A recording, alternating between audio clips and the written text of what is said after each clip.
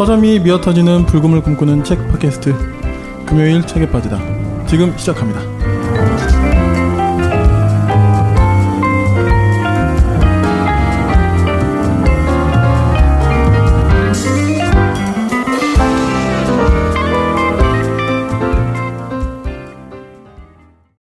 네, 안녕하세요. 불곰PD입니다. 오늘은 시사 플러스 책 5번째 시간으로 오늘 함께 하도록 하겠습니다. 오늘도 변함없이 박재민 평론가님 모셨습니다. 안녕하세요. 네, 안녕하세요. 산책을 사랑하고 세상 돌아가는 일 이야기하는 재민입니다. 네, 반갑습니다. 반갑습니다. 네. 혹시 뭐 여름 계획 있으십니까? 여름에 저희들이 또 여름에 일들이 많아요. 아, 그래요? 네, 그래서 오늘 약간 피곤해 보이시네요. 네, 좀 쉬어야 되는데 여름이 속히 지나가면 계획들을 세워보도록 하겠습니다. 네. 사실 또 그런 맛이 또 있죠. 비수기에 또 놀러 가는 재미. 네. 네. 제가 하는 일이 좀 여름에 바쁘다 보니까 저는 여름 휴가가 아니라 초가을 휴가? 약간 이런 식으로 항상 즐겼는데 말씀하신 것처럼 또 남들이라고 해서 죄송한데 네, 선생님들 일하실 때 또 소생은 이렇게 좀 놀러 다니고 하니까 그런 또 재미가 있긴 합니다. 예, 저도 한번 언제였지 몇 년 전에 여름에 좀 일정이 안 나와가지고 저도 한 8월 말 9월 초 요때 제주도 한번 간 적이 있었는데 괜찮더라고요. 좋죠. 네. 한적하면서도 싸고 왔다 그쵸, 갔다 하기 싸고. 맞아요. 네. 네. 그런 거 중요합니다. 네. 몹시 중요하죠. 네. 돈 벌고 싶네요. 참. 네. 오늘 역설적이게도 그런 비슷한 얘기들도 할 수 있을지도 모르겠는데. 그런가요? 네. 그럼 말 나온 김에 오늘은 어떤 주제로 저희 좀 이야기해 볼까요? 네, 오늘은 어찌 보면 개신교 특집이라 할까요? 아하. 네. 또 개신교에서 요즘 여러 가지 사건 사고랄까 뭐 문제들 많이 일으키고 있는데 요즘 많이 들어보셨을 거예요. 한기총, 한국기독교 총연합회. 는 저는 이 이름만 들어도 약간 웃음이 나와요. 네. 약간 코믹하기도 하고 이제는. 네. 뭐랄까 장엄하기도 하고 코믹하기도 하고. 그래서 이분들 이야기를 좀 하고 이분들 왜 이러실까 이런 얘기를 하면서 좀 근본적인 좀 개신교 신앙에 대한 이야기도 조금 해보면 좋을 것 같아서 준비했습니다. 너무 이렇게 종교 포교적인 이야기는 아니니까 청취자 여러분들께서도 그냥 마음 편하게 들어주시면 좋을 것 같습니다. 예, 또 이게 포교적인 이야기가 될 수가 없는 게 이 이야기를 하면서 포교를 하면 큰일이 납니다. 네, 포교가 안 되죠. 네, 뭐 오히려 욕을 먹을 수도 있겠네요. 그러니까요. 네. 열심히 해보겠습니다. 사실 오늘 약간 저희의 전공 분야 같은 느낌 아닙니까? 네, 뭐 청취자 여러분들 잘 아실까 눈치채셨을까 모르겠지만, 네, 저희가 좀 이 부분을 조금 아는 축에 속하는 사람들입니다. 네, 그래서 딴 때보다 더 열심히 해보겠습니다. 네. 아유, 네. 오늘 그러면 한기총에 대해서 오늘 한번. 네. 이게 아까도 저희 처음에 저희 녹음 전에 이야기했지만 이제는 시사와 종교가 분리가 될 수 없는 사회가 됐기 때문에 뭐 좀 씁쓸하기도 하지만 또 우리가 이런 언급을 하는 것이 되게 자연스러운 것 아닌가 그런 생각도 듭니다. 크게 보면은 뭐 세상 돌아가는 일이 거기서 거기니까 정치와 종교를 이렇게 무자르듯이 분리할 수 있나라고 했을 때 그럴 수는 없을 거라고 생각하는데 잘 분리를 하고 분리할 때서는 또 이렇게 잘 융합해야 될 때서는 해야 되는데 오늘 말씀드릴 한기총 이 선생님들은 저희가 생각하기에는 이거를 완전 거꾸로 하고 계시다. 좀 이런 취지에서 말씀을 좀 드릴 수 있을 것 같습니다. 그러니까 우리 옛날에 뭐 친구들을 만나거나 어떤 이렇게 그런 교제 만남의 장이 있으면 그런 이야기 하잖아요. 야, 여기서 정치 이야기 좀 하지 마. 맞아요. 혹은 종교 이야기 꺼내지 마. 이런 이야기 하는. 그렇죠. 그런 우리가 또 그렇지 진짜 그러네요. 정치하고 종교 얘기를 하지 말자. 뭐 이런 얘기 좀 많이 하죠. 아까 이야기해 주신 그 부분이 되게 중요한 것 같아요. 해야 할 이야기가 있고 또 필요 없는 이야기가 있는 것 같고. 그러니까 최근에 느낀 게 정치 이야기 하지 말자 이런 얘기의 사실 반증은 우리 국민들이 사실 정치에 관심이 대단히 많으신 것 같아요. 디테일한 정책에 대해서는 조금 관심이 덜하신 것 같은데 현실 정치 행위에 대해서는 은근히 관심이 많으시다 생각이 들고 그런 맥락에서 사실은 종교도 우리 뭐 종교인들뿐만 아니라 비종교인들에게도 사실은 우리 사회에서 이제 뗄 수 없는 주제이기 때문에 특히나 오늘 다룰 요 개신교의 요즘 이 맥락이 어떻게 돌아가고 있는가 이런 거를 그냥 한번 들어봐 주시면 좋을 것 같습니다. 네, 알겠습니다. 자, 그러면 저희 본격적으로 좀 이야기를 나눠볼 텐데요. 일단은 한기총 뭐 이름은 요즘 좀 많이 들어봐서 네. 좀 익숙할 수 있는데 사실 모르시는 분들이 많을 거예요. 그렇죠. 심지어는 개신교인 분들 중에도 제대로 아시는 분들이 그렇게 많지 않을 거거든요. 네네. 이거 좀 간단하게 이야기해 볼까요? 네, 한기총 이 전체 이름은 한국기독교총연합회입니다. 그래서 줄여서 한기총 이렇게 부르는데요. 이 이름 때문에 말씀하신 대로 좀 개신교의 이 상황들을 잘 모르는 분들은 여기가 진짜 뭐 총인가? 그러니까 뭐 아까 되게 대표성을 띈 네. 것 같은. 네, 그런 느낌을 받으시는데 많이 이렇게 좀 너그럽게 봐주고 예전에 좀 그런 성격이 있었습니다. 근데 최근에는 한국 기독교를 대표하는 기관이라고 할 수 없을 정도로 사실은 많이 위상이 줄어들었고 그런 맥락이 있다라는 점에서 좀 알고 계신 상황에서 좀 이야기를 시작하면 좋겠는데요. 네. 한기총이 1989년도에 생겼어요. 그러니까 꽤 오래된 단체죠. 한 30년 됐네요. 네네. 근데 요 전에는 사실은 한국 기독교 교회 협의회라고 해서 뭐 한국말로 줄여서는 교회협, 그다음에 영어를 좀 이렇게 줄여서는 옛날에는 KNCC라고 불렀었는데 맞아요. 예. 네. 요즘은 NCCK라고 많이 네. 불러달라고 네. 이렇게 하셔서 좀 바꿔 부르고 있는데 여기서는 이제 NCC라고 하죠, 그냥. NCC라는 단체가 아주 오래된 역사와 전통을 갖고 있는 교단들의 연합체였어요. 근데 여기에 교단들이 그렇게 많이 있지는 않았고, 근데 한국교회에서 소위 좀 진보적이라고 하는 교단들 몇 그렇죠. 개가 네. 여기에 들어와 있었고, 세계적으로 뭐 ACC인가 이렇게 아시아 기독교 교회 협의회, 그 다음에 또 WCC 세계 기독교 교회 협의회 이런 데하고 이제 이분들을 공격하는 분들이 뭐 WCC 한국 지부가 NCCK다 이렇게 생각하시는데 그런 구조는 아니고 그렇죠. 서로 이렇게 평등하게 연합하고 있는 그런 네트워크가 구성되어 있는 기관이기 때문에 사실은 이 기관이 한국에선 더 유서가 깊고 오래됐고 국제적인 네트워크를 갖고 있는 굳이 말하자면 한국 기독교를 그래도 대표하는 기관이라고 할 수 있었죠. 그리고 이 기관이 이제 민주화 운동 시기나 이럴 때는 맞습니다. 큰 역할을 했던 것도 사실이고요. 그런데 이제 한기총이 어떻게 생겨났느냐? 그 전에도 사실은 보수적인 기독교 연합체는 꽤 있었다고 하더라고요. 네. 그런데 이제 그 맥락 속에서 한기총이 1989년에 탄생하게 되는 겁니다. 그러니까 우리도 좀 이제 제대로 모여야 된다 네네. 이런 걸까요? 그러니까 삼선 개헌할 때나 뭐 이랬을 때 사실은 또 정권 차원에서 NCC에 대항하는 보수 기독교의 연합 모임을 만들기도 했었는데요. 그것들이 이어져서 그 흐름을 잇는 것이 1989년에 탄생한 한기총이 아닐까라고 보는 흐름이 저는 좀 맞다고 생각하고요. 네. 한기총이 탄생하게 된 좀 본격적인 계기를 얘기하려고 제가 NCC 이야기를 좀 드린 겁니다. 네. NCC가 1988년 2월에 그 자신들의 총회에서 하나의 선언을 발표하는데 이게 한국 교회와 사회에 꽤 반향을 일으킨 그 문서가 되는 거죠. 민족의 통일과 평화에 대한 한국 기독교의 선언이라는 이게 88년도에 이렇게 발표돼서 줄여서 소위 88선언 이렇게 많이 언급이 돼요. 네. 그래서 그동안 개신교가 이 통일 문제에 관심을 좀 기울이지 않았고 오히려 이제 사실 개신교는 좀 사랑의 종교인데 이 분단 상황에서 적으로 규정하고 미워하고 이랬던 것이 우리의 어떤 그 신앙과 맞느냐.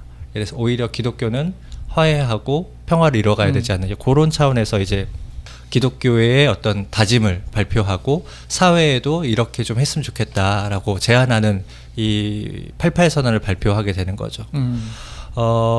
그래서 사실은 이게 그동안에 이 시기가 이제 민주화로 넘어가는 시기였기 때문에 이제 막 민주화의 논의 그러면서 통일 논의들도 막 터져 나오던 시기. 들끓던 막 그런 그랬죠. 시기죠. 네. 네.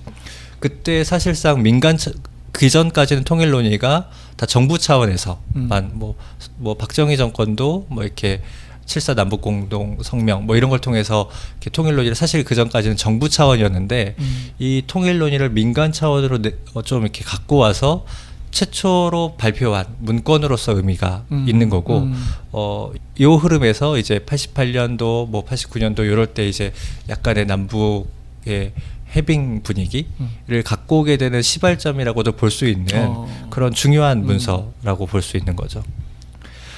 그런데 이게 이제 NCC 나름대로는 회원들의 오랜 시간 뭐 이렇게 자문도 구하고 의견도 구하고 하면서 총회에서 발표한 문건이었는데 네.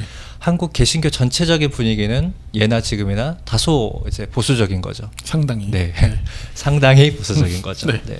그리고 심지어 NCC에 속한 교단들의 분위기도 이렇게 보수적일 수밖에 없었던 거예요. 네. 그러니까 88 선언이 나오니까 아 이거 참 좋다. 우리 기독교회가 이렇게 가야 된다라고 하는 분들도 계셨지만 야 NCC에는 뭐야? 이런 분들도 계셨던 거예요. 특히 이북 출신의 목회자들 중심으로. 그래서 그 중심에 이분을 말씀드려야 되는데 이제 영락교회의 한경직 목사님 이런 계신 거죠. 아젠다에서는 빠지지 않는 분이죠. 네, 빠지지 않는 거죠. 한경직 목사님 생각하면 아무튼 참 이렇게 뭐랄까 여러 마음이 교차하는 것 같아요. 이 한국 개신교회 분명히 이제 존경받고 검소하게 사셨던 원로임에도 분명하지만 이런 어떤 반공 어젠다에는 빠지지 않는 분이신 거죠. 네. 그래서 이분이 이 당시에 이제 영락교회에서 은퇴하시고 영락수련원이라는 곳에서 이제 머물고 계셨는데 이 문서가 발표되고 한 1년 정도 지났을 때 89년도 1월에 보수 개신교 원로들을 이렇게 불러 모읍니다. 그래서 얘기를 하는 거죠. 아 이거 뭐야 막 이러면서 얘기를 하다가 결국에는 이제 NCC가 한국교회 대표할 수 없다. 해설 안 될 것 같다라는 의견을 모으고 그러면 새로운 연합체를 좀 세워야겠다라고 결의를 해요. 그 다음부터 이제 일사천리로 진행됩니다. 89년도 1월에 이렇게 회합을 했는데요. 89년도 4월에 창립준비위원회 총회를 하고 그해 12월에 창립총회를 거쳐서 한국기독교 청년합회라는 이제 한기총이 탄생하게 되는 거죠. 네. 굉장히 일사불란하게 움직이셨나 봐요. 그러게 말입니다. 네. 당시에 창립총회 소식을 전한 네. 그 신문 기사가 있어요. 네네. 근데 제목이 이렇습니다. 기독교 보수교단 기총련 결성. 기총련. 네, 그래서 요 당시에 제가 좀 자료를 찾아보니까 한기총 창립 초기에는 한기총이라는 명칭보다 기총련이라는 명칭이 더 많이 쓰이더라고요. 그래서 사실 요 냄새가 애매하네요. 약간 뭐랄까. 그러니까요. 우리 예전에 소련 뭐 이런 얘기 했었는데요. 일단 네. 리언으로 가면 또, 네. 또 뭔가 묘하죠. 좋지 않습니까 네. 또? 그래서 그게 조금 신기하다. 근데 이제 90년대로 들어오면서 그 명칭은 좀 사라지고 한기총이라는 명칭을 좀 많이 쓰기 시작하더라고요. 네. 근데 아까 말씀드렸다시피 한기총 출범할 때 좀 네. 순수하게 종교인들이 정말 모였겠느냐 이런 의혹이 좀 있는데 저는 합리적 의심이라고 생각합니다. 그래서 NCC 쪽에서 좀 활동하셨고 민주화운동도 열심히 하셨던 오충일 목사라는 분이 계신데 네. 이분이 예전에 이제 국정원 과거사 진실위원회 위원장을 맡으셨거든요. 네. 그런데 이제 이분이 한 포럼에서 이런 이야기를 하셨어요. 한기총 결성하는데 안기부. 그러니까 안기부요? 네, 국정원의 전신이죠. 네. 네, 안기부가 좀 안기부 종교 담당 직원이 개입했었다라고 주장을 하신 거예요. 그러니까 이분이 국정원 과거사 진실위원회 위원장이셨거든요. 그러니까 이분의 주장이 뭐 아주 허무맹랑하게 그냥 주장에만 그친다라고 보기는 어렵지 않을까라고 얘기해 볼 수 있을 것 같고 또 심지어 한기총의 초대 총무를 맡으셨던 한명수 목사님이라는 분이 계신데 개신교 매체인 뉴스앤조이하고 인터뷰하시면서 그 당시에 이러한 의혹이 있었는데 자기 뭐 아니라고 생각했는데 한기총 총무로 활동을 하다 보니까 그런 것 같다라는 느낌을 받았다. 왜냐하면 당시 이제 문화공보부죠. 문화공보부의 네.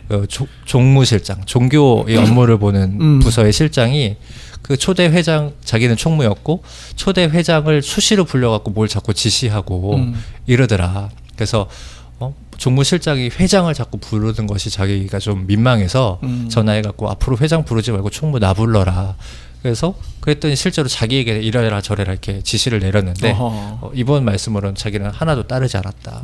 그러니까 단순히 이제 뭐 시국을 걱정하고 뭐 보수적인 기독교의 연합회로서의 어떤 것을 하겠다라고 라는 취지로 뭐 순수하게 복음 전도하겠다라는 취지로 한기총이 출범했지만 여러 가지 정황을 봤을 때 아까 우리가 얘기했듯이 정치와 종교를 완전히 분리할 수 있느냐 라는 측면에서 봤을 때는 한기총 출범의 당시에 군사 독재 정권이 어느 정도 개입하지 않았을까라고 합리적으로 추론하는 의견이 있다. 네. 네, 이렇게 말씀드려야 조금 이렇게 그런 의견이 있다. 의견이죠. 네, 주장이 있다. 그런데 상당히 진술이 좀 구체적이고 구체적이죠. 네. 그러니까 뭐 무슨 문화공보부 종무실장이 등장하고 네. 뭐 안기부 종교 담당이 등장하고 냄새가 좀 나긴 하네요. 네네. 그러나 이제 뭐 저희가 어떤 합리적인 어떤 의심에 근거한 의혹이다. 네. 뭐 일단 이렇게 정리를 해봅니다. 네. 자, 이런 한기총이 어쨌든 한 30년 전쯤에 이렇게 생겨나긴 했고, 근데 그 이후에 또 좀 이제 행보들을 좀 살펴봐야겠죠. 네.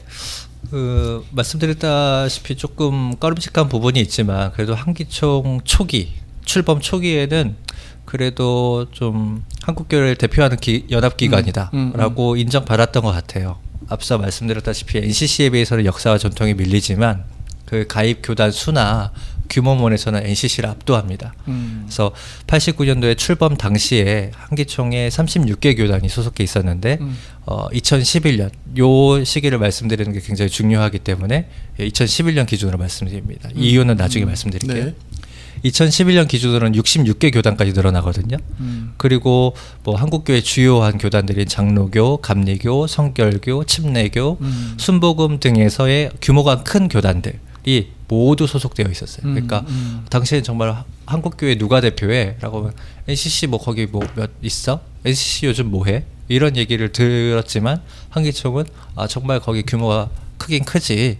이 정도로 대표성을 어느 정도 인정받았고 그래서 사회나 특히 정치권에서 개신교의 의견을 좀 물어야 되거나 개신교를 상대로 인사를 하거나 해야 할 때는 NCC보다는 한기총을 찾는 일이 많았죠. 물론 이제 균형을 찾기 위해서 NCC와 한기총을 동시에 방문하기도 했지만 굳이 한 곳을 꼽아라라고 했을 때는 한기총을 방문하는 경우가 훨씬 더 많았던 것 같습니다. 네.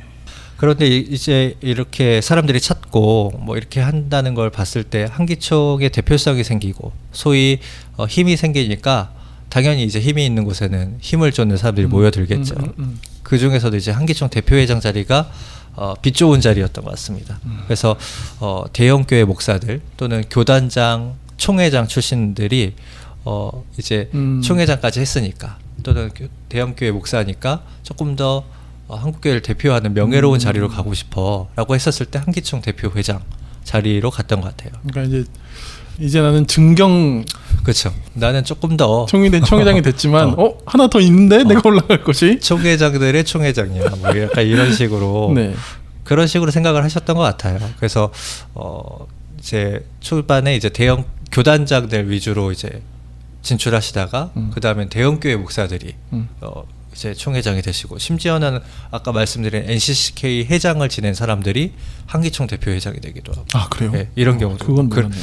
뭐랄까 통합 챔피언처럼 이런 식으로 넘어가시기도 하고 그러다 보니까 이제 한기총에 속해 있었던 군소교단들 중에서도 나 대표회장 한번 할래 이런 식으로 이제 나오셔서 출마하셔서 대표회장이 되신 분이 계신데요.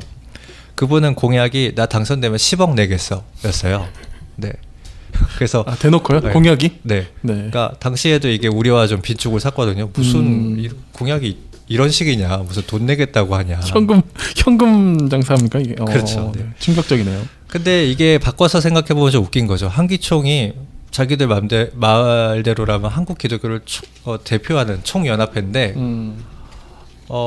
사실상 그러면 10억을 내면 당선될 수 있는 거예요. 누구라도. 그렇죠. 네. 그거는 이 단체는 정말 재정 상황이 별로 그렇게 좋지 않은 단체였다는 거죠. 그래서 아무튼 이분이 그래서 당선이 되셨고, 근데 이분이 10억을 다 안 내셨어요. 근데 이분이 한 번 더 하십니다. 그 다음에 나오셨을 때, 나 10억 다 낼 테니까 한 번 더 하고 싶다. 이야. 네. 그래서 한 번 더 하시죠, 이분이. 전략이 네. 굉장하네요. 네. 아무튼 그러니까 한기총이 정말 이제 10억쯤 내야 대표회장이 10억쯤 끌어와야 사실은 유지될 수 있는 단체. 바꿔 말하면 아까 말씀드렸다시피 10억을 내면은 누구라도 대표회장 시켜주는 단체가 된 거죠. 그러면서 이제 이 빛 좋은 자리에 가려고 하는 사람들이 경쟁적으로 이런 경쟁에 뛰어들고 하면서 언제부턴가 이제 한국 교회의 사실 고질적인 문제인데 교단 총회나 이런 데서 사실상 뭐 거마비라고 그러죠. 교통비라는 네. 명목으로 돈을 주고받는 일들이 비일비재했어요. 요즘은 좀 좋아졌다고 하는데 솔직히 잘 모르겠어요. 네. 이런 식으로 돈을 주고받는 일들이 있는데 한기총 대표야정 선거에 이런 이야기가 돕니다. 10당 5락. 네. 뭔가요 이게? 네. 5억 내면 떨어지고 10억쯤은 내야 당선된다. 네. 이런 얘기가 돌았던 거죠. 네. 네. 그래서 종교, 개신교 기관의 대표 선거에서 돈이 오고 간다라는 추악한 소문이 그런데 사실로 드러나게 됩니다. 그러니까 그 전까지는 막 온갖 말이 돌았는데 에이 설마 이런 것도 좀 있었을 수 있지만 이게 네. 결국 심증은 있으나 잡아내지 못했는데 터져버렸군요. 네. 네. 그리고 어떻게 됐죠? 이것도 뭐 네. 누가 잡아댄 게 아니라 참 희한하게도 자기들이 스스로 이런 뭐 되게 양심 선언인 것 같은데 되게 이제 진흙탕이 시작됩니다. 네. 지금 뭐 식사 중이시거나 이러신 분들은 잠시 너무 좀 지저분한 얘기니까요. 네. 감안해서 들어주십시오. 아까 2011년 기준을 말씀드렸는데 이 2011년 초에 한기총에서 돈 선거 폭로가 터져 나오기 시작해요. 요 직전 선거 그러니까 2010년 겨울쯤인가 이제 실행위원회에서 이렇게 간선처럼 해서 뭐 이렇게 직접 선거할 수 없겠죠. 그러니까 간선처럼 해서 대의원들이 뭐 그런 식이겠죠. 네. 대표회장을 뽑는데 이때 2003년, 2004년 연속해서 대표회장을 맡았던 길자연 목사라는 분이 유명한 분이죠. 이분 유명한 분입니다.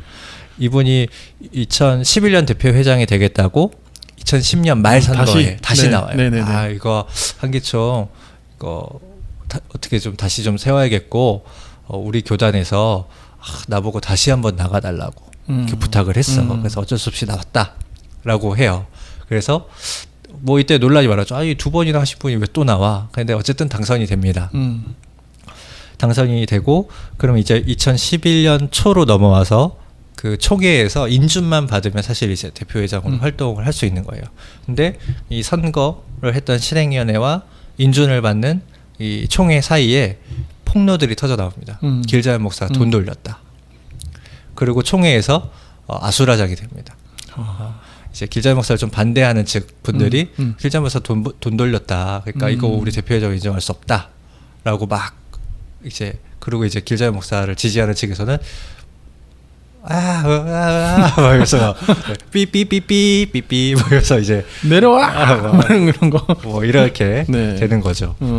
그러니까 이제 대표회장직을 물려줘야 되는 이광선 목사라는 분이 계세요. 네. 이분이 이렇게 장래가 혼란스러워서 총회를 더 진행할 수 없다라고 하면서 갑자기 회의를 끝내고 정회하고 나가버리려고 하는 거예요. 그러니까 이제 길자연 목사를 지지하는 측에서 막 우러나가고 막 나가면 안 된다, 뭐 하는 거냐 하는데 이제 길자연 목사의 선거 대책위원장을 지내는 홍재철 목사라는 분, 이분이 또 문제적인 이분 또 굉장히 유명한 네, 분이죠. 이분이 이제 조금 이따 등장할 문제적인 인물인데요. 홍재철 목사라는 분이 이광선 목사하고 이렇게 대결해서 떨어졌던 분이에요. 네, 이분이 갑자기 이제 나가서 이광선 목사한테 이런 얘기를 하는 게 카메라에 잡혀요. 돈 돌린 거 다 알아. 내가 다 폭로할 거야. 이렇게 되거든요. 어쨌든 뭐 이광선 목사는 퇴장했고 길자연 목사를 지지하는 측에서 이거는 불법이다 하고 자기들끼리 그냥 임시로 대표 진행자를 세워서 길자연 대표회장 인준해 버리는 거예요. 네. 그러니까 그 시기가 조금 지나고 나서 이제 길자연 목사를 반대하는 이광선 목사 측에서 다시 정회했던 회의를 속회하고 그거는 길자연 목사 인준한 건 불법이다. 그리고 내가 임시로 대표회장 좀 더 해야겠다. 이런 식으로 해서 뭐 중세 교황도 아닌데 한기총 대표회장이 둘이 존재하는 시기가 이렇게 등장하게 됩니다. 네. 동로마 서로합니까? 그러니까 중세 교황은 막 2명도 있었고 막 그렇다고 하잖아요. 근데 한기총 대표회장이 도대체 뭐길래 뭐 이렇게 되는 거죠. 이 와중에 근데 이제 길자연 목사가 막 이렇게 대표회장이라고 행보를 시작하니까 사실상 분위기는 길자연 목사 쪽으로 조금 기우는 듯한 분위기였어요. 그러니까 이광선 목사가 갑자기 이제 방송국하고 그 인터뷰를 하는데 나 돈 돌렸다. 그걸 인정을 또 해버려요. 승부수를 던진 겁니까? 일종의? 모르겠어요. 왜 이렇게 하셨는지. 그렇지 않으면 사실 그렇죠. 뭐 네. 승부수였겠죠. 자기 나름대로. 그래서 자기도 직전 선거에서 나가서 돈 때문에 떨어졌다. 그래서 내가 좀 이렇게 해서라도 이 지능밭에 들어가서라도 한기총 개혁해야 된다고 생각해서 나도 돈 돌렸다. 다크나이트입니까? 뭐 이런 말씀을 하세요. 그러니까 뭐 다도 돈을 막 돌린 거죠. 엉망진창이군요. 엉망진창인 거죠. 네. 그래갖고 뭐 아무튼 한기총이 둘로 나눠서 쌓이고 서로 뭐 가처분 신청 내서 못하게 하고 뭐 이러던 와중에 이제 길자연 목사 그 대표회장 직무정지 가처분 신청이 법원으로부터 받아들여져 갖고 또 대표회장이 없어져 버려요. 뭐 이런 혼란이 네. 막 생기고 또 예전에 대표회장 하셨던 이만신 목사라는 분이 이 한기총 무슨 특별 기도회에서 설교 중에 이런 얘기를 합니다. 자기 안다. 아까 그 10억 내심고 이렇게 10억 내고 네네네. 나 뽑아달라 했던 분 성함이 엄신영 목사라는 분인데 엄신영 목사도 돈 돌렸다. 길자연 목사도 돈 돌렸다. 이강선 목사도 돈 돌렸다. 내가 안다. 다 회개해야 된다. 뭐 이런 식의 발언을 해요. 물론 이번에 이제 한기총 측이었기 때문에 뒤에 좋은 쪽으로 마무리를 했지만 사람들의 이목은 다 돈 돌렸대. 이렇게 이제 간 거죠. 아무튼 이러면서 약간 정치판스럽게 돌아가요. 그러면서 막 자기들끼리 싸웠다가 화해했다가 뭐 이러면서 이제 그러면서 법원의 중재를 받아가고 가처분 신청이 받아들여졌기 때문에 법원의 중재로 이제 돈 선거를 막기 위한 소위 교단 순번제, 그러니까 교단끼리 돌아가면서 해라, 돈 좀 쓰지 말아라, 이런 식의 정관을 통과시키고 길자연 목사 다시 재인준 해주고 이래갖고 한기총이 정상화되는 것 같이 보였는데 이제 사람이 그렇지 않습니까? 화장실 들어갈 때와 나올 때 다르니까 길자연 목사가 대표회장으로 다시 인준된 다음에 소위 이 개혁정관이라고 불렸었는데 이 개혁정관을 폐기해버려요. 네. 그건 뭐 없던 일, 이런 식으로 해버려. 그거 뭐 법원 쉽네요, 참. 뭐가 이렇게 쉬워? 법원에서 이렇게 파견했던 변호사가 우리 사정 잘 모르고 한 일, 뭐 이런 식으로 넘겨버려요. 그러니까 이제 다른 교단들이 이제 반발을 하는 거죠. 근데 왜 교단 순번제 폐기했을까? 길자연 목사 다음에 이제 한기총 대표회장 되신 분이 아까 얘기했던 홍재철 목사거든요. 같은 교단 출신이에요, 길자연 목사하고. 그러니까 연이어서 할 수 없는 거죠. 그렇죠. 근데 교단 순번제가 폐기돼야 이제 길자연 다음에 홍재철이 할 수 있으니까 당연히 이제 다른 교단들은 난리를 쳤고 결국에는 여기에 반발하는 대부분의 교단들이 한기총을 뭐 개혁하자. 그래서 비상대책위원회를 만들었다가 근데 막무가내로 나가니까 아예 한기총을 탈퇴해서 한국교회연합이라는 한교연이라고 줄여서 한교연이라고 얘기하는 다른 이제 연합체를 만들어 버리는 거예요. 네.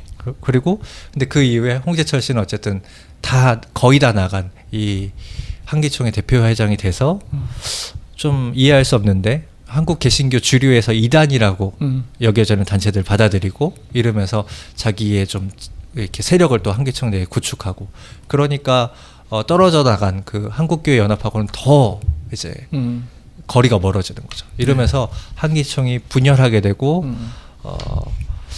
아무튼 이때부터 한기총은 좀 사실상 내리막길을 걷기 시작합니다.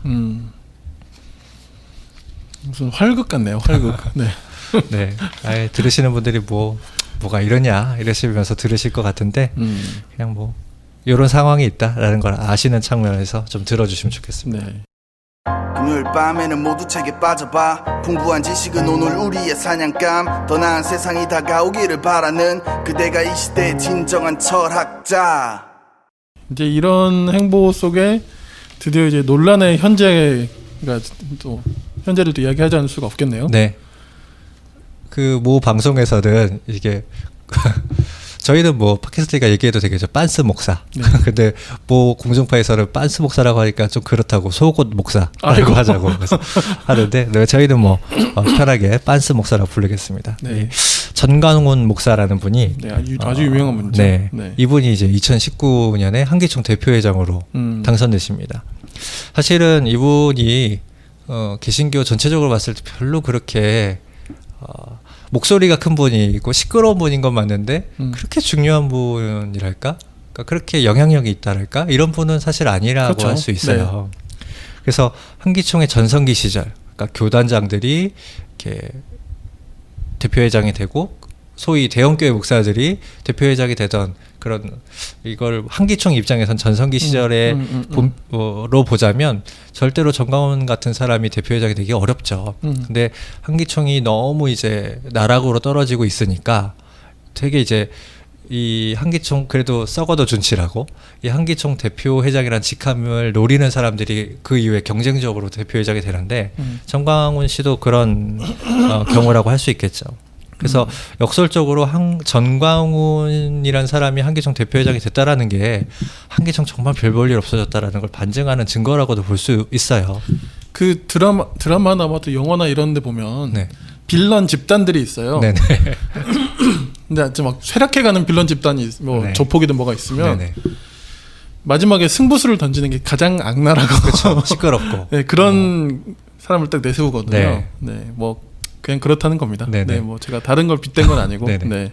결과가 좀 예상이 되네요. 네. 네.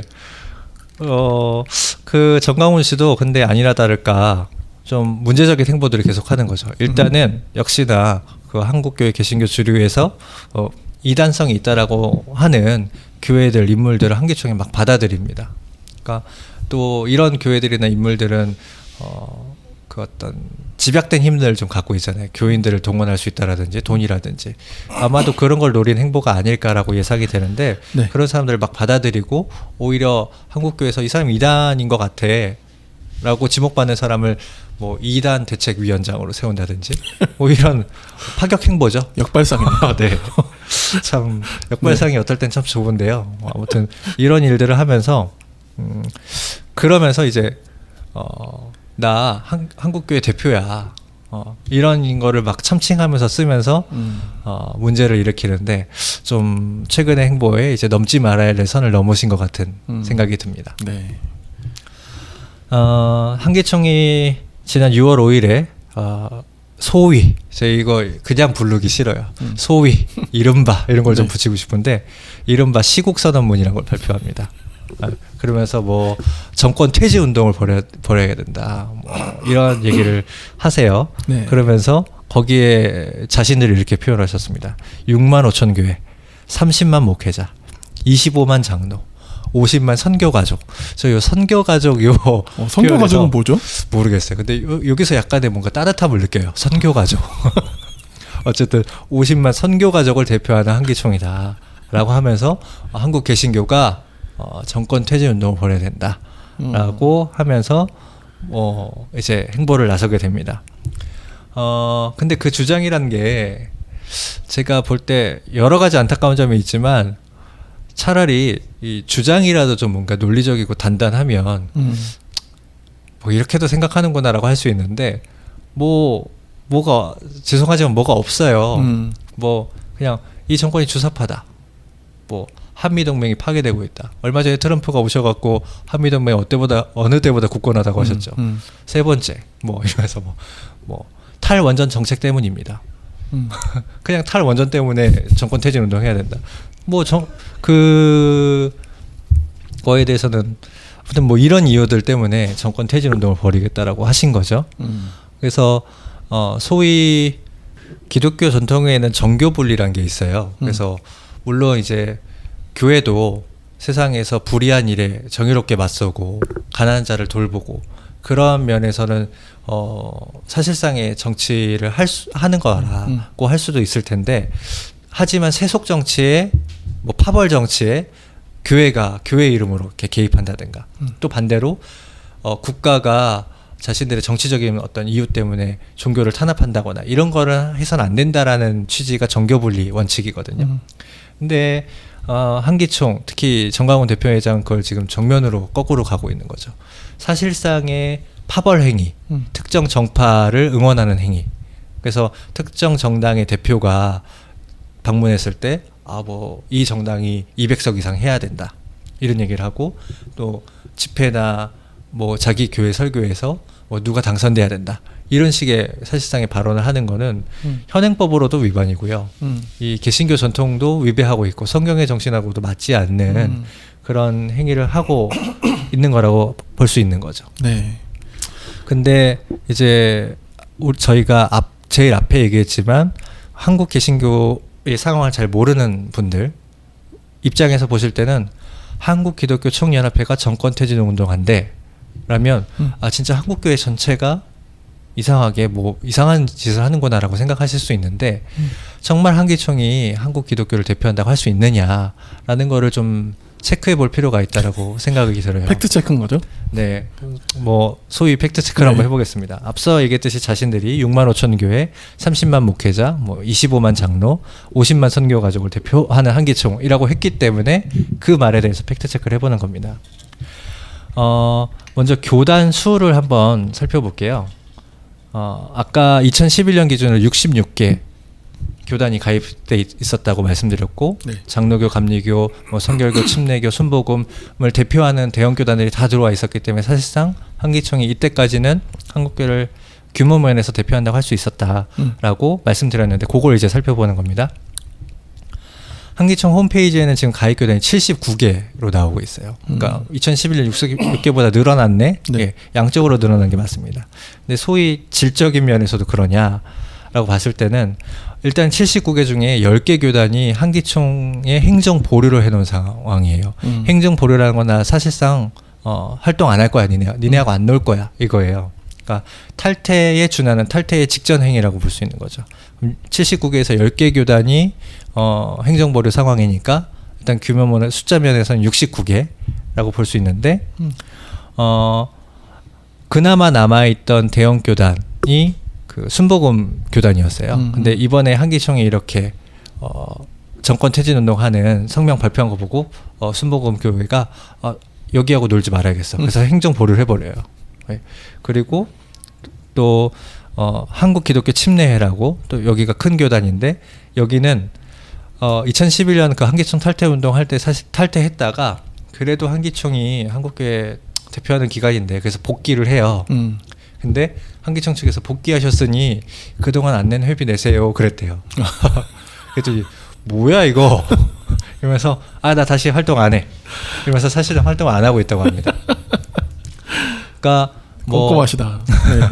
그러니까 요 행정보류라고 표시가 안 된 교단 중에서 순복음 이번에 행정보류했고 기독교 침례회가 기독교 한국 침례회가 이번에 활동을 안 하고 있는 걸 밝혀졌으니까 69개에서 또 2개를 빼다 67개밖에 없는 거예요. 그러면 우리 나라에서 발표한 문화체육관광부에서 발표한 2018년 한국의 종교 현황이라는 자료를 보면은 한국 개신교회 전체 교단 수가 374개로 나와요. 되게 많죠. 네. 그 중에서 67개가 들어가 있는 거예요. 그러면 굳이 말하자면은 수치로 계산해 보면 18% 정도밖에 안 들어가 있는 거거든요. 네. 그러니까 374개 중에 67개밖에 없다라고 하니까 한국교회를 대표한다고는 할 수는 없겠죠. 그리고 이 67개 교단들을 다 따져고 보면은 아까 2011년에 한기총과 비교해 봤을 때 그때는 장로교, 감리교, 성결교, 침례교, 뭐 순복음 이런 교단들의 큰 교단들이 다 들어와 있었지만 지금은 사실 이런 교단들이 있었나 하는 교단들이 사실 다 들어와 있는 거거든요. 그러니까 규모 면에서 절대로 이제 예전처럼 한국교를 대표하고 있다라고 할 수 없고 한기총은 사실상 군소교단들이 예전에 한기총이라는 그 네임밸류를 원해서 들어와 있는 그런 군소교단들의 연합체라고 보는 게 정확하다라고 볼 수 있겠습니다. 다음에는 교회 수를 한번 살펴봤어요. 그 아까 말씀드렸던 종교 현황 자료에 따르면 한국 개신교의 교회 수가 83,883개예요. 많네요. 예, 참 많습니다. 네. 그런데 이 자료에서 한기총에 소속되어 있다라고 하는 교단들의 교회 수를 쫙 뽑아서 더해봤어요. 17,855개예요. 그러니까 수치로 따지면 21%. 그러니까 이것도 뭐 5분의 1 정도밖에 안 되는 거죠. 네. 네. 그러니까 별로 안 되는데 다른 수치에 비해서 한기총 소속 교회 수의 수치가 조금 더 높게 잡혀요. 아까 18%보다 21%. 그리고 뒤에 말씀드릴 자료보다 훨씬 높게 잡히는 거는 한국에 지금 PD님이 말씀하신 교회 참 많잖아요. 교회들이 사실상 난립하고 있다라고 볼 수도 있어요. 그러니까 이 한기총 소속의 교회들이 조금 더 많게 잡히는 거는 교회들이 마구 좀 생겨나고 있는 현상을 반영하고 있다. 그 측면에서도 같이 보실 수 있겠다라고 생각이 들고 마지막으로 그 현황 자료에서 교직사 수, 신자 수 이런 거로 또 나와 있는데 한국 개신교 전체의 교직사 수가 98,000여 명이에요. 근데 이제 한기총을 추려보니까 2,800명 정도. 네. 또 신자 수는 1,100만. 전체 한국교회 개신교 신자 수인데 한기총에 소속된 교회 신자 수는 35만 명 정도. 이 정도밖에 안 되니까 요거를 수치로 따지면 3% 정도로 나오더라고요. 근데 이 현황 자료에는 교직자 수나 신자 수가 안 나와 있는 데가 되게 많아요. 그러니까 요거를 아주 정확하게 면밀하게 비교할 수 있는 자료라고 볼 수는 없는데 또 한편으로는 왜 안 적었을까라고 봤을 때는 규모를 적지 않을 만큼 적을 수 없을 만큼 사실 작은 수의 교단일 가능성이 크거든요. 그렇게 좀 추정이 되는 거죠. 그러니까 여기 뭐 없는데 뭐 3%라고 주장해라고 하실 수도 있지만 그러면 뭐 한 4% 5% 될까요? 라고도 얘기할 수 있는 거예요. 그러니까 극단적으로 이 수치가 늘어날 가능성은 없다. 그렇죠. 결국 이 얘기를 드리는 이유는 한기총이 규모면에서 자기들이 한국교회를 대표한다고 자꾸 주장하면서 우리 의견, 뭐 정권 퇴진 운동하는 거 이게 한국교회 대표야, 대표 의견이야 라고 얘기하는데 한기총을 살펴보니까 그렇게 규모로 한국교회를 대표한다고 볼 수 없다라는 거 하나가 있고요. 또 정강훈 회장이 자꾸 뭐 다 자기를 지지하고 있다. 뭐 목사들의 90% 이상이 자기를 지지하고 있는 것으로 나타났습니다. 뭐 일부 뭐 좌파 목사들 10%만이 자기를 반대합니다. 라고 하는데 이거 전혀 근거가 없는 거예요. 뇌피셜인가요? 뇌피셜, 정확히 뇌피셜입니다. 뭐 어떤 영적인 어떤 신호가 왔는지 모르겠지만 그럴 수는 있겠네요. 네. 오히려 아까 말씀드렸다시피 규모가 컸던 순복음교회가 나가고 또 한국교회 대부분의 이제 뭐 원로들이라든지 NCC 같은 단체라든지 한교연 같은 단체라든지 또는 기독교 시민 단체들이라든지 다 한기총과 정강훈 목사에 대해서 이 행보는 잘못됐다. 정치할 수 있다. 하려면 기독교 이름 내세워서 하지 말고 너 개인으로 해라라고 얘기하고 있는 거죠. 그러니까 사실상 절대 지지를 받지 못하는데 아까 얘기하셨듯이 그냥 크게 다 주장하고 있어. 더 이렇게 악랄하달까? 더 크게 아무튼 주목받는 형식으로 지금 사실상의 정치 운동, 정치 파벌 운동을 하고 있다. 뭐 볼 수 있겠습니다. 뭐 관련은 없는 이야기인데 이게 또 아까 제가 잠깐 말씀드렸지만 드라마나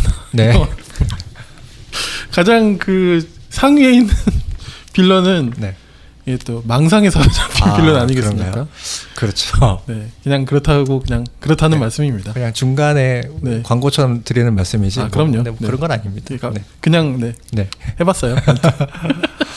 근데 좀 이런 주장, 수치에 대한 주장을 할 때 좀 마음이 좀 불편해지는 지점이 있는 게 이 사람들 수가 없다고, 수가 작다고 해서 이 사람들 대표 아니야. 이 사람들 의견 무시해도 돼. 이렇게 얘기하는 건 절대 아니에요. 그러면 안 되죠. 오히려 이런 논리는 예전에 한기총이 있었던 논리예요. 우리가 대단히 크고 다른 데는 작기 때문에 우리 의견만 들어. 이거 옛날에 한기총이 했던 거거든요. 똑같이 돌려주고 싶은 생각은 별로 없어요. 오히려 우리 사회는 좀 적은 수의 사람들, 집단들의 목소리에 좀 더 귀를 기울일 필요가 있다라고 생각하는데요. 한기총의 경우는 늘 말씀드렸다시피 규모를 앞세워서 자기들이 대표라고 주장하니까 그냥 체크를 좀 해본 거고요. 그 주장마저 사실은 가짜죠. 신빙성이 없다. 그걸 이야기하기 위해서 저희가 이 설명을 드린 거죠. 오히려 한기총이 한국교회를 대표할 수 없다라고 하는 건 지금 그 사람들이 하는 주장이 별로 신앙적이지도 않고 상식적이지도 않기 때문에 그렇습니다. 그래서 이번에 오히려 신기하게도 이런 게 밝혀지고 나서 한기총이 그런 데였어? 한국교회 대표하는 데 아니었어? 오히려 이게 좀 많이 만천하에 드러났어요. 그래서 최근에 그 청와대에서도 개신교 사람들을 이제 불러서 좀 이렇게 회담을 하는데 예전에는 한기총 이렇게 불렀을 텐데 한기총이 빠지고 오히려 교단장들, 각 교회 교단장들을 불러서 의견을 경청하고 이런 식으로 가는 거는 한기총에게 그동안 좀 과잉대표에 있었던 것들이 사실이 드러났다. 그래서 어떤 면에서는 최근에 한기총과 정강훈 대표 회장님이 진실을 밝히는 활동을 하고 계시다라고 볼 수도 있겠습니다. 다크나이트가 확실한 것 같습니다. 아, 네. 그러니까 뭐 세상 일이 어떻게 돌아가는지 잘 모를 것 같아요. 네. 네, 별로 알고 싶지 않은 것 같고. 네. 네. 그러니까 뭐 세상에 어떤 사람이 어떤 역할을 하는지 정말 모르는 것 같아요. 트럼프가 이렇게 한반도 평화를 위해서 큰 역할을 할 거라고 사실 생각 못했거든요. 근데 트럼프가 그 판문점에서 딱 그 다가오는 김정은을 이렇게 막 보고 있는 그 모습 보는데 약간 저는 소름 돋았어요. 세상 일이 역사가 이렇게 진행되나? 그러니까 참 모른다라는 생각이 드는데 사실 전혀 예상 못했죠. 네, 요 한기총과 정광훈 대표 회장님도 자신도 모르는 새에 사실상 역사적 맥락에서 큰 일을 하고 계시다고 네, 보고 응원드립니다. 마지막에 세게 멘트 해주시네요. 네. 네.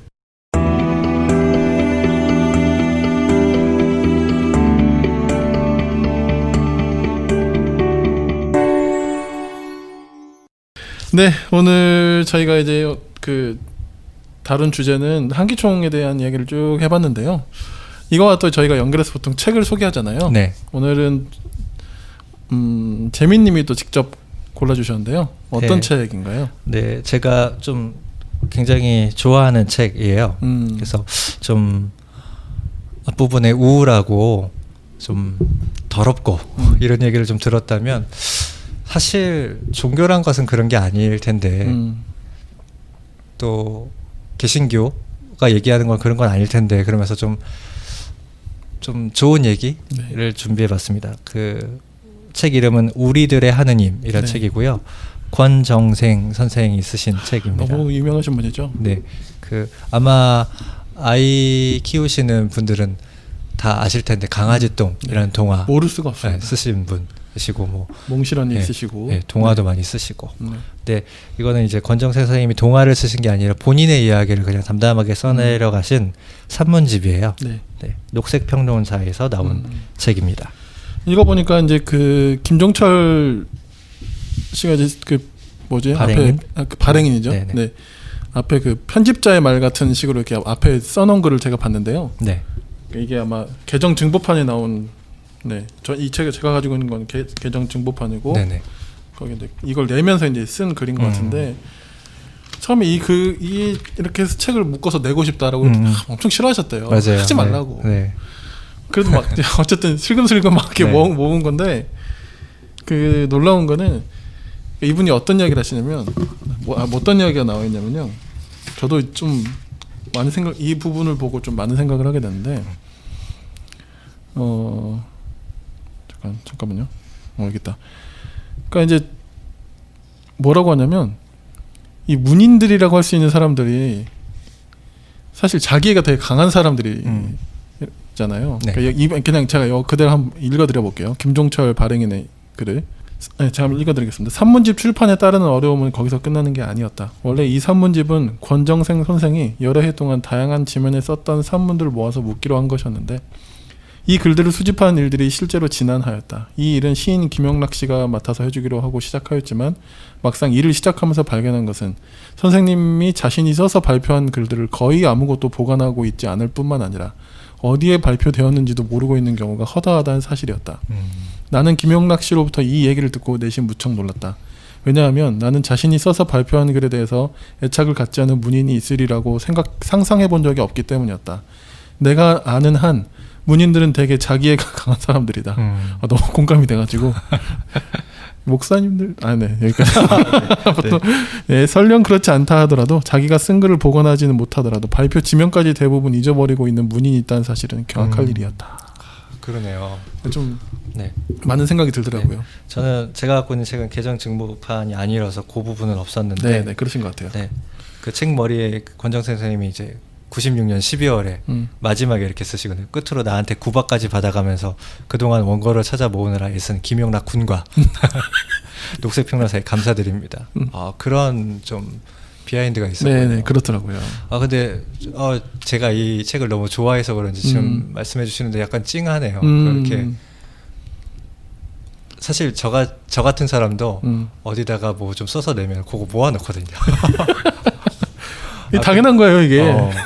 근데 네, 이분이 어떤 분인지가 네. 좀 약간 드러나는 일화인 거죠. 네, 네. 대단하시네요. 네. 요 책은 이제 이 권정세 선생님이 신앙인이셨어요. 그래서 사실은 굉장히 어렵게 사셨고 그 책의 첫 번째 여러 글들을 모은 글인데 첫 번째 글의 이 제목이 유랑걸씨 끝에 교회 문간방으로 이러시거든요. 그러니까 이분이 사실 결핵도 앓으시고 이러면서 사실상 되게 오랫동안 고생하셨다고 네. 하더라고요. 뭐 몸이 거의 만신창이 상태로 그랬고 가족하고도 이제 이 병 때문에 뭐 결국엔 나중에 이렇게 다 돌아가시고 나서는 병을 안고 있는 몸으로 혼자 사셔야 됐고 근데 이제 시골 교회 문간방에서 생활하시면서 교회 그 새벽종 치는 역할 사실상 요즘에 그 교회에서 관리 그렇죠. 집사 네. 이렇게 네네네. 부르는 역할을 하셨던 것 같은데 거기에서 이제 만난 사람들 또 어린 아이들 뭐 이런 분들하고의 관계를 통해서 동화를 쓰고 이런 글들을 쓰고 하셨던 것 같아요. 그 이 유랑걸씨 끝에 교회 문간방으로 이렇게 그 글의 마지막에 이렇게 쓰여 있습니다. 누가 이렇게 물었다. 장가는 못 가봤는가요? 예, 못 가봤습니다. 그럼 연애도 못 해봤나요? 연애는 수없이 했지요. 할아버지 할머니하고도 아이들하고도 강아지하고도 생쥐하고도 개구리하고도 개똥하고도 그러니까 이분이 이런 삶을 사셨던 분이고 이런 신앙을 갖고 계셨던 분이고 또 그런 마음으로 이렇게 글들을 써오셨던 분이고 그분의 글이기 때문에 좀 앞부분에 우울하고 침울하고 사회에 도움 안 되는 이야기들을 좀 드렸다면 이제 책으로 우리가 이걸 좀 뇌와 영혼을 정화시키는 네, 네. 정화시켜 드릴 텐데 이 책을 꼭 소개해 드리고 싶었어요. 네네네. 우리들의 하나님 네. 책입니다. 또 이런 부분이 있어서 한 구절 좀 읽어 드리고 싶어요. 네. 이 글의 소제목은 우리들의 하나님 책 제목과 같습니다. 기독교 2000년 역사 가운데서 예수님은 많이도 시달려왔다. 한때는 십자군 군대에 앞장서서 전쟁과 학살에 이용당하기도 하고 천국 가는 입장료를 어마어마하게 받아내는 그야말로 뚜쟁이 노릇도 했고 대한민국 기독교 100년사에서는 반공 이데올로기의 선봉장이 되어 무찌르자 오랑캐를 외쳤고 더러는 땅 투기꾼에게 더러는 출세주의자에게 얼마나 이용당하며 시달려 왔는가 라고 말씀하시면서 네 그리고 마지막에는 또 이렇게 써놓으셨어요. 한국의 모든 교회는 이런 것을 새롭게 배워야 한다. 서구인들이 마음대로 변질시켜 놓은 예수의 참된 복음을 깨닫는다면 창조 이래 이 땅에서 역사하신 하느님의 숨결을 금방 찾아낼 것이다. 나는 지금 20여 년 전에 내가 구상하고 꿈꿨던 교회는 벌써 잊었다. 사실 이분이 이제 20년 전에 이런 교회를 한번 세워보고 싶다라는 꿈을 꾸셨거든요. 근데 그거를 이제 다 잊으셨다는 거예요. 교회는 새삼스레 만드는 것이 아니라 온 세계와 온 우주가 바로 하느님의 교회이기 때문이다. 그 속에서 나는 떳떳하게 모든 자연과 더불어 사람이나 동물이나 서로 섬기며 살고 싶을 뿐이다. 하느님은 그것을 원하셨기에 이 땅에 예수님을 보내주셨다. 서로 섬기는 삶이야말로 예수님이 가르쳐주신 사랑이며 그것을 위해 피 흘려 희생하신 것이다. 이 땅 위에 진짜 우상과 마귀는 제국주의와 전쟁과 핵무기와 분단과 독재와 폭력이다. 이렇게 글을 맺으세요. 그러니까 저는 처음에 이 책을 접했을 때 사실 뭐 글이 막 화려한 것도 아니고 그런데 이 글 속에 들어가 있는 내용 하나하나는 저도 사실은 신앙을 갖고 있는 사람인데 그 신앙을 한번 팡 때리는 듯한 내용의 글들이었어요. 그래서 사실은 저는 좀 힘들고 이럴 때마다 저는 책을 많이 읽는 스타일이 좀 못 되고 한 번 읽은 책을 좀 오래 두고 계속 읽는 책인데 제가 힘들 때마다 꼭 꺼내서 한 구절 한 글씩 읽는 책이 바로 이 책이에요. 그래서 이 책을 청취자 여러분들께 아까 말씀드렸다시피 좀 정화하시라고 이 책을 좀 소개해드리고 싶습니다. 그러니까 저도 그런 생각이 들었거든요. 가장 소박하시고 또 미니멀하고 가장 뭔가 이렇게 자연과만 그냥 못하고 그냥 지내시는 분 같지만 실제로 그 글의 아까도 마지막에 전쟁, 핵무기 네. 가장 진보적인 맞아요. 결론을 이끌어내시는 그 글을 보면서 저도 참 좀 뭐랄까 감탄도 되어지고 좀 숙연하게 되는 것 같기도 하고요. 네. 사실 이 개신교 안에서는 이런 뭐 교리가 중요하다 또는 뭐 성경 해석이 중요하다 뭐 사회 참여가 중요하다 공동체가 중요하다 온갖 말들이 참 많지만 사실 이런 유의 글은 그렇게 좀 환영받지 못하거든요. 많이 읽혀지지 않고 네. 정작 우리가 필요한 어떤 예언자적인 그런 글 어떤 그런 울림 있는 말들은 오히려 이런 권정생 선생님 같은 분한테 이미 나왔던 거 아닌가. 네, 맞습니다. 그런 생각이 좀 들었습니다. 제가 한 구절만 조금 더 읽어드리겠습니다. 힘들 때 제가 읽는 부분이어서 네. 혹시 청취자분들께서 혹시 힘든 분이 계시다면 이게 좀 위로가 되길 바랍니다. 네. 이분이 이제 문간방에 계셨잖아요. 그 이야기예요. 가끔가다 아이들이 묻는다. 집사님, 밤에 혼자서 무섭지 않나요? 그러면 나는 시치미를 뚝 떼고 대답한다. 무섭지 않다. 혼자가 아니고 내가 가운데 누우면 오른쪽엔 하느님이 눕고 왼쪽엔 예수님이 누워서 꼭 붙어 잔단다. 아이들은 눈이 땡그랗게 되어 다시 묻는다. 진짜예요? 그럼 진짜지. 그럼 자고 나서 하느님하고 예수님은 어디로 가요? 하느님은 콩 팔러 가시고 예수님은 산으로 들러 다녀오신단다. 이쯤 되면 아이들은 갈피를 못 잡고 더 이상 질문도 못한다. 여기부터입니다. 외롭다고 째째하게 밖으로 푯대 내고 사는 사람이 어디 있겠는가. 혼자서 꾹꾹 숨겨놓고 태연스레 살 뿐이다. 하느님이 계속 침묵하시듯 우리도 입 다물고 견디는 것뿐이다. 요 글의 제목은 침묵하는 하느님 앞에서라는 글의 마지막이거든요. 그러니까 뭐랄까요, 열광적인 한국 개신교의 분위기, 또 복을 바라고 부자가 되길 바라고 이런 한국 개신교의 분위기는 하느님 이렇게 하면 하느님이 우리에게 이렇게 해주실 거다. 약간 이런 거거든요. 그리고 아까 정강원 목사 같은 분, 참 이 얘기를 또 해야 된다니. 그러니까 자기가 마치 하나님의 무엇이라도 다 갖고 있는 것처럼 이분이 자기가 생명책에서 자기가 지워버리겠다 이런 이상한 발언도 많이 하시고 하는데, 그러니까 하느님으로부터 뭔가 자기가 특별하게 뭔가를 받는 것처럼. 근데 이 권정생 선생님 같은 분께서 하느님은 침묵하신다 사실. 그러니까 저도 여기에 공감이 많이 되더라고요. 제가 신앙생활을 좀 했지만 하느님으로부터 어떤 뭐 이렇게 특별한 이렇게 메시지를 받은 적은 거의 없고, 다만 하느님께 늘 내가 이렇게 힘들다고 얘기하긴 하는데 하느님 늘 묵묵하게 침묵하시듯이 그러나 이 힘든 사람들 곁에 계셔 주시는 것은 아닌가.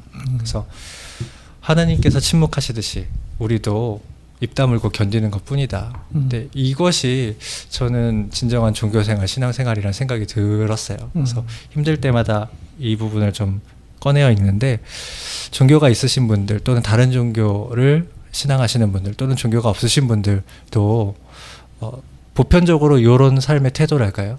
묵묵히 참고 견디면서 해야 할 일을 하는 것이 훨씬 더 종교의 취지와 부합한다. 그래서 오히려 막 종교 생활한다고 푯대내면서 사는 사람들이 이런 삶을 살지 못하는 것 같아서 너무 송구스럽고 죄송하고, 이런 일에 좀 관여하고 종교적인 일에 좀 관여하고 있는 사람으로서 좀 더 분발하겠습니다. 네, 이 정도 말씀밖에 좀 못 드릴 것 같네요. 방금 뭐 읽어주신 부분도 그렇고 저도 이렇게 조금 읽으면서 그 엔도 슈샤쿠가 좀 떠올려지기도 했고, 네, 방금 읽어주신 부분이 특히 좀 그런 부분과 좀 맞닿아 있었던 느낌도 좀 들고, 네, 그렇습니다.